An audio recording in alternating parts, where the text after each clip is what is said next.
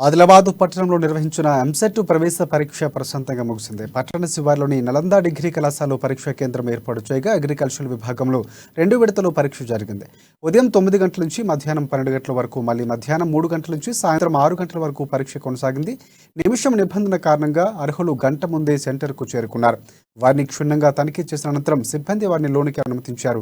ఉదయం జరిగిన పరీక్షకు 99 మందికి గాను 96 మంది, మధ్యాహ్నం జరిగిన ఎగ్జామ్కు 100 మంది అభ్యర్థులకు గాను 96 మంది హాజరైనట్లు పరీక్ష చీఫ్ సూపరింటెండెంట్ పున్నారావు తెలిపారు. ఇటువంటి అవాంఛనీయ ఘటనలకు తావు లేకుండా పరీక్ష కేంద్రం వద్ద బందోబస్తును ఏర్పాటు చేశారు.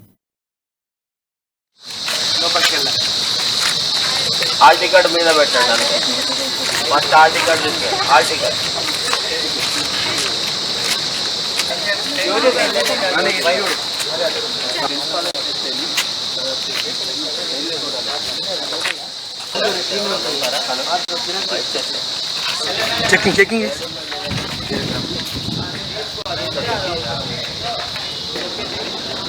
హలో ఫోటో అవసరం అంటే అప్లికేషన్